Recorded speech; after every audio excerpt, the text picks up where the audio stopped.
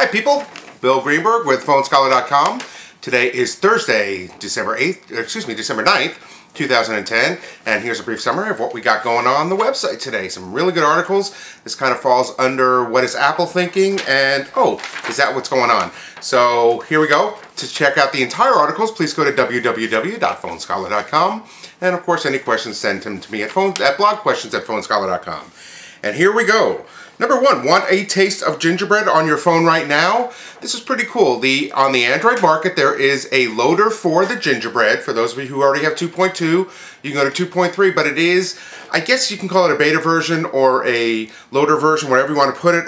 You do get things like the new 5-screen panels with the green tinted highlights, new notification, and manage apps on iTunes, manage apps on the options on the main screen, and the updated app drawer. So for rooted phones, I did put in a link so you can download this directly. For non-rooted phones, you can go to the Android market and go ahead and download this, and of course it's free, so go ahead and check it out and see how it works and let me know. Next, this one's going to take a little while, so bear with me. Kids go on expensive buying spree on iPhone and iPad games. And basically there's been a problem and a lot of complaints. Smurf Village, which was put out a month ago, was the highest grossing game on iTunes, and it's a free app. How does that happen, do you ask? Well, what happens is, and a lot of you know about this, they had in-app purchases for real money. Here's the problem. Kids are playing these games and the parents had no idea. So what happens is they turn on their iPad or their iPhone, they put in their iTunes password. Now remember, most of us have a credit card attached to the iTunes to purchase things, so that's how it's charged.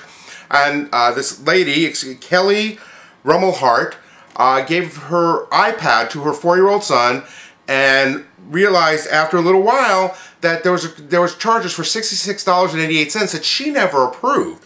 And that was because her son bought Smurfberries. 1 barrel and 11 bushels of Smurfberries, which cost $66.88, and she's thankful that he didn't buy the wheelbarrow, which the one application alone was $59.99.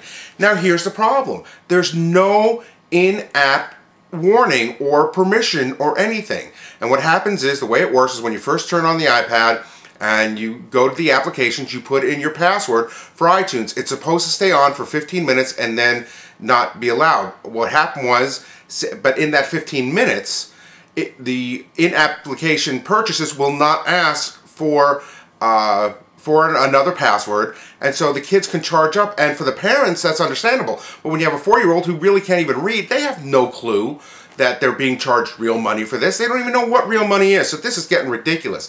Now here's the problem. The biggest problem is there were 2 other instances where there was a guy that his kid ran up $140 in charges on a game, and he said he hadn't put in the password for the last 5 or 6 hours. And there was another guy who got charged $67. He said he hadn't put in his password in all day. And of course, Apple says that the password system works and that the parents should be watching these kids for in-app charges. Well, if you don't know that's happening in the first place, how the heck are you going to watch that? So it just seems like the most ridiculous thing. So here's a warning for all you parents out there that have their kids play on these things. Now, you can turn off the in-app purchases by going to the settings field, and I would highly recommend doing this. You can also request, if this happened to you, you can request a refund. Check out the article. It has the links on how to do this. I didn't put a link because there's a lot of steps, but it gives you the steps on how to A, shut it off, and B, ask for a refund. So I think this is one of the most ridiculous things. Apple's defending it, which doesn't make sense. I mean, here, the 10 highest grossing apps that Apple has through iTunes are free applications, and they're all making money through their in-app purchases. So please be careful with this. Check it out. See if that's happening to you. Check out your credit cards, and hopefully you can resolve that. Okay, I hope that helps. Next, Sprint releases first fully submersible phone, and this looks pretty cool. It's a Sanyo Tahoe, T-A-H-O, made by Kyocera, and you can literally submerge the phone up to 3 feet of water for up to 30 minutes, which is really cool. So what this does is this avoids, it should avoid water damage if you're taking a shower, if it drops in a thing. It is a ruggedized phone. It has military specs, so it is designed for construction, things like that. It also does come with some nice feature. 2 megapixel camera, expansion up to 32 gigabytes, 2-inch display, and a 6-hour battery. So go ahead and check that out. I did put a link to the Sprint.com, where it's going to be available, and in the Sprint stores. And then in January, it's going to be rolled out to all the Sprint, the third-party stores, and everything like that. Next, Apple the Grinch bans charitable donations on the iPhone apps. And here we go, Apple again.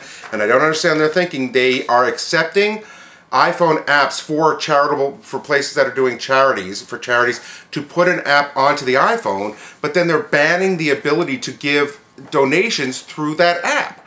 And nobody knows why. When Apple was asked, they didn't say. Basically, they said that they allow these places to go ahead and make the apps, and they're being very magnanimous about letting them have the apps on the iPhone, and then they can do the donations through the people's websites, which doesn't make a whole sense. Now, one of the speculations was, I don't know if this is true or not, but Apple takes 30% of all the money, all the revenue generated through an app through their process.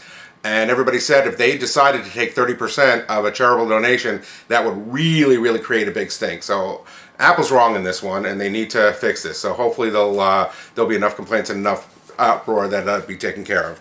Under categories, Verizon Wireless. Verizon slashes prepaid plan price. And basically on certain full-featured phones, you can get a prepaid plan for $2 a day, and you're only charged for the days that you use it. So if you use it every day, that's still only $60 or $62 a month, where the postpaid plans is $70 a month for unlimited use. So that's a pretty good deal.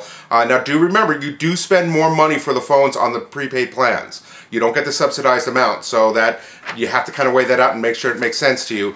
But again, a great deal. It's actually less than that, and if you don't have credit or you don't want to deal with a contract, you want to change out phones, great way to go. But it is going to be only on certain phones, so check out VerizonWireless.com for that. That's all I got today. Sorry if I went over a little bit, but I hope you have a great day. I'll talk to you tomorrow.